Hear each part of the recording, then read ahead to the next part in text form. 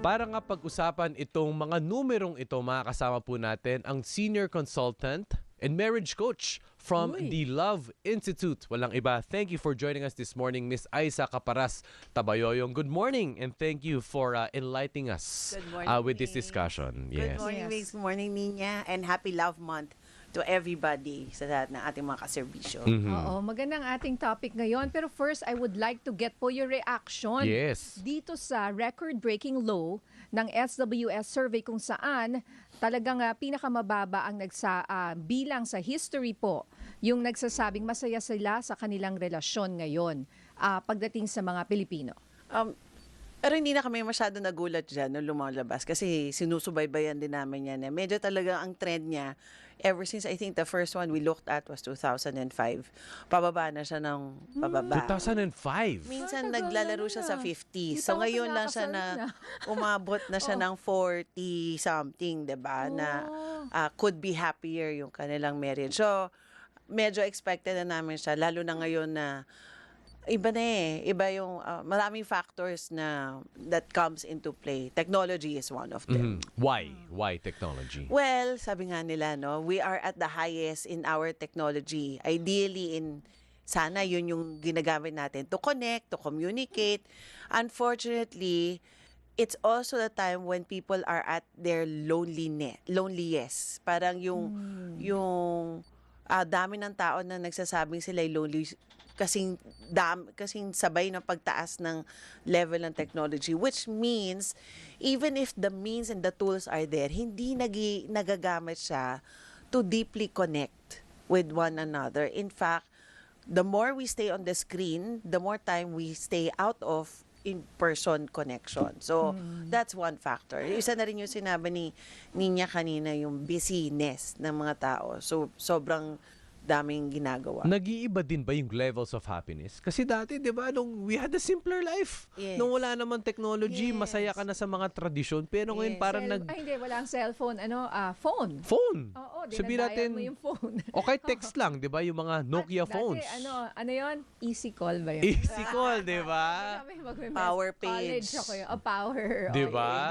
Pero Age ngayon, reveal niya. Age reveal. I know, wala Andun ako sa generation na yun. Kasama Naabutan tayo ko yun. dyan. Kasama Naabutan kami kayo, dyan. naabutan kayo. Yung nagte-text sa'yo, biglang may message. Ikaw sabi, what's your message? Oo. Yes.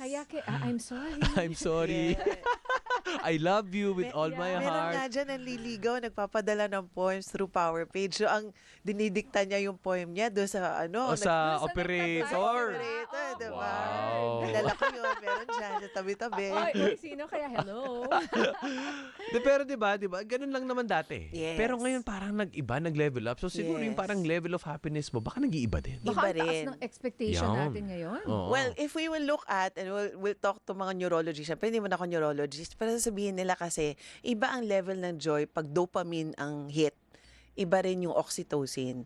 Ang love and connection is oxytocin. Mas lasting yan. Ang mga, may nag-like sa akin sa social media, medyo fleeting. Mas fleeting yan. Addicting, pero hindi kasing lalim yung hit. So, I guess ang panahon na noong a few decades back, things are simpler, pero the joy is deeper. Ngayon, komplikado, ang dami na nating pampasaya, mga mamahaling activities, pero lalo na kung all based on technology and the screen, hindi siya ganun ka-lalim. At di rin So ganun magkaiba ka-lasting. yung happiness or kasiyahan ng oxytocin sa dopamine. Oo. And mas gusto natin yung oxytocin. Yes, yes. Kasi yung dopamine yun yung pansamantala lang may nag-like sa'yo, tapos mamaya masaya Wala ka na. lang for May a few temporary seconds. high yun. Meron din. Oo, Pero a few hindi siya days. kasing lasting. Temporary. But Yes. why not both? Oh. Well, you could. Pero syempre, kung yung oras mo at resources mo limited, mamimili ka ng activities. Am I gonna play online? Am I gonna connect online? Or am I gonna meet up with the person face-to-face? So, mas maganda. Kung may choice ka rin lang, pili ka na nung actual connection face-to-face. Oo. Yung iba kasi practical, baka na lang Zoom. Zoom date, di ba? Oo. Naisip ko lang kasi. Nung pandemya.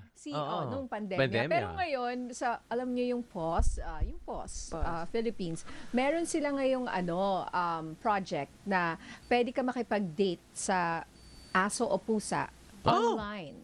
Wow! Aside from may in-person, pero sold out na po. Wala na daw. Wow! Oo. So ngayon, pwede kang online. And then, pag nagbayad ka, mapupunta naman sa kanilang kawang gawa para sa ating mga hayop, mga aso at pusa. So na creative tinutulungan din. nila. Creative din siya. Yes, and at the same time, nakakatulong ka rin. Tsaka, hindi kailangan tao minsan, no? How do you think? Kasi yung iba, now, maraming taong may pets. Yes. What does that tell us about? I don't know about the online kasi ang studies for the pets, when you touch yung tactile, no, kasi furry, when you engage in that kind of touching with pets, nakakatulong siya sa pagpababa ng stress, yung ating, cortisol level naman. Yes, oo. Mapababa siya if you have animals around you. Kaya nung pandemic, very helpful to be a pet parent kasi wala kang ibang in touch. I mean, you're locked down, no?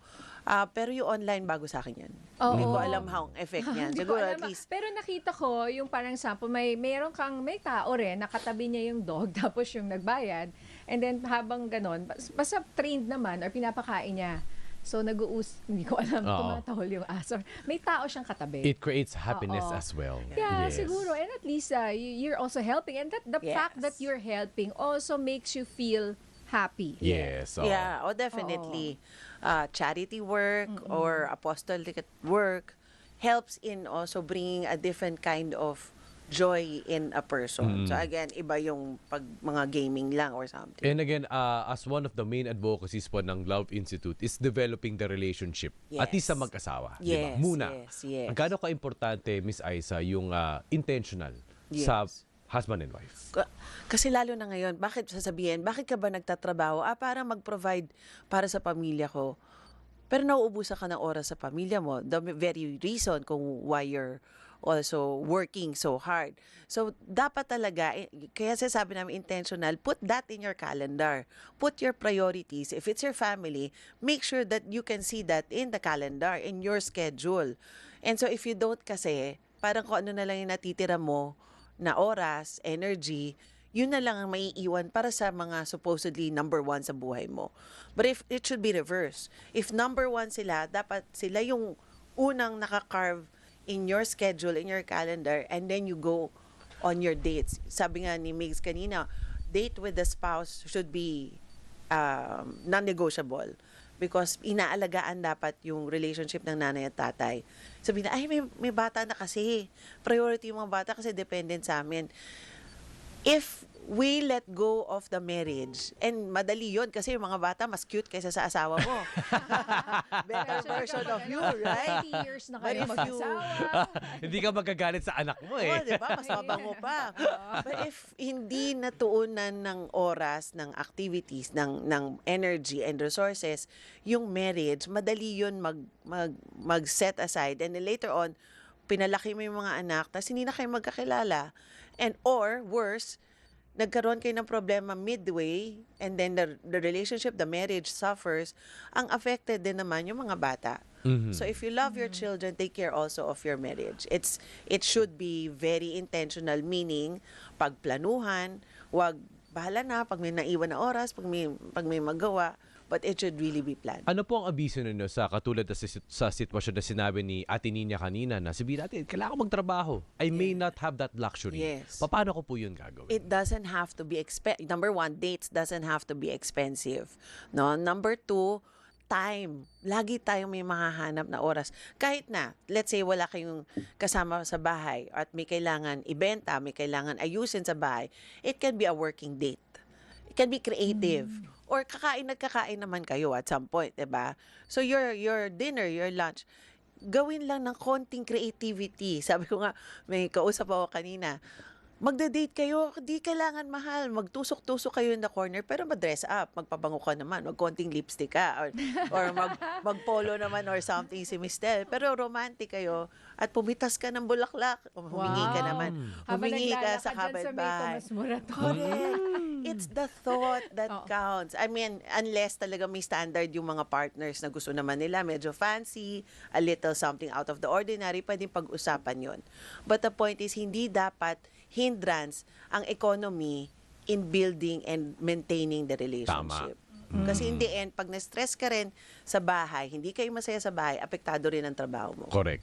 Oo. So, can you give us examples po ng pwedeng gawin ni husband or ni wife sa kanilang mga asawa, given the situation na sabihin natin na sobrang busy, wala naman ako masyadong budget, tapos meron kaming 5 anak, for example, paano ba namin sana masicelebrate yung aming Valentine's na intentional? Na So- sinasabi ni Mix, ano ba yung intentional Ayan, oo in the nga. first place? Oo. Dates can range from anything, from the simplest thing na, ayun na nga, sabi ko, tusok-tusok on the corner. Favorite or ko yan, ah. Gusto ko ng Ihaw-ihaw on the tusok-tusok. corner, whatever Bakit hindi? your chosen food is, up to maggawa ka ng sandwich sa bahay, balutin mo, dala ka ng tubig at banig or blanket, humanap kaya. Ang dami ng park ngayon, 'di ba? So Sa meron naman. Luneta, kino-cover yan lagi. Oh, medyo ah. malayo pa nga yan. Sa Marikina, maraming parks. Oo. Diba? Yeah. Sa Quezon City, maraming parks. Mhm. So, maghanap ka ng park and then you can sit down in the middle and picnic, no? Walang kagastos-gastos yun. Siguro pamasahe, gasolina man lang.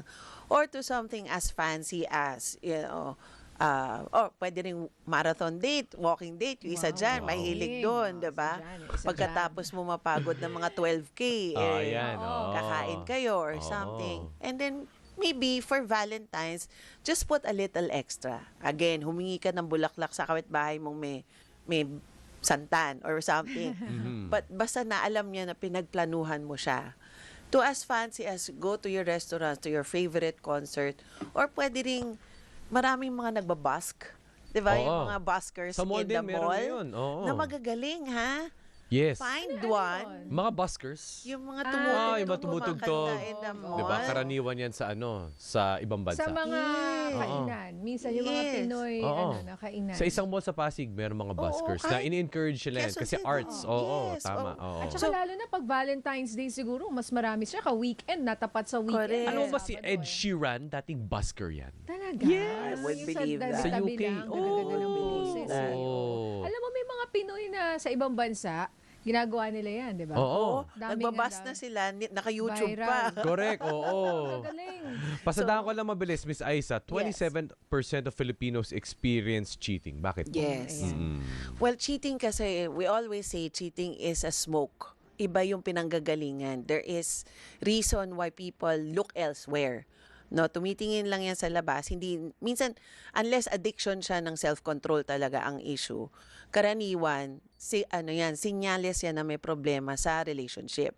So usually, relationship, unhappiness, needs of the partners not being met kasi hindi nako-communicate. Imbis na to do the tough talk, alika usap tayo, anong kulang sa akin bilang partner mo, paano kita mas pwedeng mahalin. Imbis na or ako, eto kailangan ko sa'yo. Imbis na pag-usapan yan, ay, hirap ka usapin yung asawa ko hanap na lang ako ng iba. How can Or we takpan ko rewire? yung takpan ko yung pain with temporary joy. Kasi usually yun nga parang meron kang hinahanap. Yes. And minsan hindi yun nanggagaling sa place of thankfulness. Parang yes. contentment, di ba? Yeah. Paano kaya natin yun gagawin? Paano natin gagawa ng paraan? Either ikaw yung husband or yung wife. So, two ways yan There are two factors. One is, ang nakikita mo lang ba'y mali? Yan, Ang nakikita mo lang ba kulang? Teka lang, oo. Which- Wait lang, can I react? Totoo yan. Minsan, sasabihin, bakit ka nagfo-focus sa mga nega? Mhm. Bakit hindi mo tingnan yung mga positibo? Oo. Kasi baka sa sobrang, nega mo, yun ang tinitingnan mo eh. Parang Right. ganun din kasi tayo as a culture. We Yes. always Or notice human what's nature. wrong. What's wrong? Mas Diba? madaling magalit. Oo. Hindi ho ba? Pag gigil ka na. Or we always see the glass half empty. We forget the half full part. Right. So, again, we can be more mindful of that at sabihin natin, salamat, ito yung mga nagagawa mo. And then we can Pero, always ayun din. To couples, no, iwasan natin yung words na but, pero, however, kasi, yun lang maririnig eh. Uy, Wala na yung salamat, positive. salamat, tinulungan mo ako mag-ayos ng mag-tutorial, ganyan. Pero, nawala na to. Yung pero lang marinig. So, pwedeng, next time, this is something also I like. Mhm. So, instead of a but, it's more of a challenge or a suggestion on how it can be from good to great instead of bad to better or bad to good. So it's a good to great kind of mindset. And then the other person feels affirmed and feels also, oh, this is something else I can do. Meron din akong pwedeng gawin. So, so yun lang naman yun. And ang importante, we communicate what is not being met kesa maghanap sa iba. Kasi yun, escapism yun eh. Hindi mo hinaharap yung problema, naghahanap ka lang panakiputas. As we celebrate Valentine's Day bilang pong huling last message po din sa viewers natin, how should we really celebrate? Ano po ba ang tunay na essence ng Valentine's Day? Well, always love is not just a feeling. Don't rely on the feeling. It's number one, a decision and translated into action. So, but we also always say, so pag meron kayong mahal sa buhay, you want to make that person feel special, it doesn't have to be expensive. Pagplanuhan nyo lang mabuti, anong hilig niya, isipin nyo kung anong gusto niya. So maybe spend 30 minutes planning and thinking and making your reservations or calls or ordering online, whatever that is. No? Pero, Valentine's, like anything about love, it also starts with ourselves.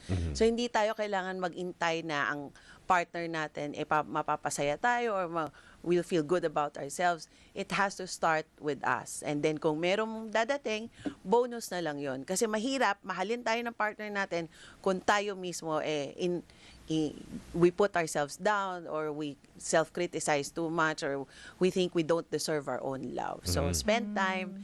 And then promote ko na rin sa Love Institute, we have our Valentine offering, although it's Feb 22, it's called Heart to Heart. So let's talk about sex and intimacy. So it's all about being intentional again in connecting more closely. It's face-to-face. So Saan date po? na siya, may activity pa siya. It's at Dear Darling along Blue Ridge, Katipunan. It's at Dear Darling Cafe. Ito po ay cafe. Cafe And then, siya. ano po ba? Cafe na punuan may, ba? rin Or- siya, a cocktail area. Oh, parang date talaga. Date Pwede talaga naman siya. I-postpone. Alam mo, ako, sa totoo lang, practical ako eh. Ayoko ng traffic. Yes. Ayoko ng pipila sa restaurant. Correct. Ayoko yung punong-puno rin ng restaurant. Correct. Diba? Yeah. So, gusto ko. At bulaklak. Times 5 ang presyo, no? Ito na naman tayo. Eto nga po, ako niloloko na asawa. Pag binigyan ako ng magandang bulaklak, nagagalit ako. Kasi Ang mahal! ka bumili ang mahal. Pag hindi ako binigyan, nagagalit din daw ako. Sa wala tayo na raw lulugar, siyang- di ba? Sa tayo wala na raw lulugar. ginawang tama. Ako, nag-request na ako sa asawa ko, pwede anniversary and birthday na lang ang bulaklak. Kasi Oo, kinukompute ko yan pag binibigyan mo ako. Diba? Sayang rin eh. Pwede Oo. naman ibang bouquet. Sabi ko, fruit Pwede bouquet. naman. Masarap. Oo. O, yan ang aming Yes. pagmamahal sa inyo. And speaking diba? of And which, your appreciation. Isa-shoutout ko rin ang aking Valentine. Yes, Happy oo. Valentine to my dear Sneha Randall. Dorny Yes, Randall. he's Sir, here. Thank you for Oo. putting up with me for Yes. almost 25 years. Idol Wow, ko yan. 25 Oo. years. Yes. Oo, ang galing. Sana all. Sana no? all. Yes. Alright, maraming salamat po to Senior Consultant and Marriage Coach from the Love Institute, Miss Aiza Caparas Tabayoyong. Ma'am, Thank marami you. po salamat, Thank Miss Aiza, for your you. Also, tips. happy birthday also to Coach Darren Hartman, our Yeah. footballer mom, soccer moms here. Ah, yes. Right. Soccer mom din ba kayo? Yeah. Yes, Oh, yes. okay. Oh. Kita Thank tayo you. bukas sa field. Thank you, Miss Aiza. Happy Valentine's. po. Thank you.